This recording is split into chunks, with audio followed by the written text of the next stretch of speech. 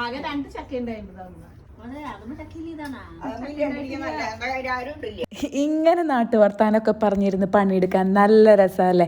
ഇന്ന് നമ്മുടെ അവിടുത്തെ പ്ലാവും വന്ന് 2 ചക്ക വീണ് കിട്ടിയിട്ടുണ്ട് കേട്ടോ. അപ്പോൾ പിന്നെ എന്താ, ചക്ക വെട്ടണം, ചുള പറിക്കണം, നല്ല പണിയാണ്. പക്ഷെ ദേ ഇങ്ങനെ എല്ലാവരും കൂടി ഉണ്ടാവുമ്പോൾ പെട്ടെന്ന് തന്നെ പണി കഴിയൂലേ.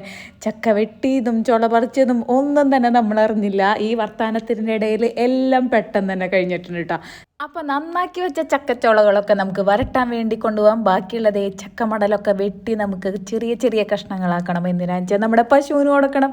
അപ്പോൾ എല്ലാം കൂടിയും കൊടുക്കാൻ പറ്റില്ല, കുറേശ്ശെയായിട്ട് കൊടുക്കണം കേട്ടോ. അപ്പം നമ്മുടെ ചക്കച്ചോളകളൊക്കെ അതേ കുക്കറിലിട്ട് വേവിച്ച് വെച്ചിട്ടുണ്ട്. ഇനി അത് മിക്സിയിലിട്ട് അങ്ങോട്ട് അടിച്ചിട്ട് ദേ ഉരുളിയിലേക്ക് അങ്ങോട്ട് പകർത്തിയിട്ടുണ്ട് കേട്ടോ. ഇനി അടുപ്പത്തിട്ട് കുറച്ച് നേരം അങ്ങോട്ട് ഇളക്കണം കേട്ടോ. അങ്ങനെ വരട്ടണ വീഡിയോ ഒന്നും എനിക്ക് എടുക്കാൻ പറ്റിയില്ല. അപ്പോഴേക്കും അമ്മ ദേ വരട്ടി 2 ദിവസം കഴിഞ്ഞപ്പോൾ ദേ ഒരു ചെറിയ പാത്രത്തിൽ എനിക്ക് കഴിക്കാൻ വേണ്ടി കൊണ്ടുവന്നു. അപ്പോഴാണ് അറിഞ്ഞത് ഒക്കെ വരട്ടി കഴിഞ്ഞു എന്നുള്ളത്. അപ്പോൾ പിന്നെ അതേ നമുക്കതങ്ങനെ ടേസ്റ്റ് നോക്കാമല്ലേ. ഒരു രക്ഷയില്ലടോ, കഴിച്ചോണ്ടിരിക്കും.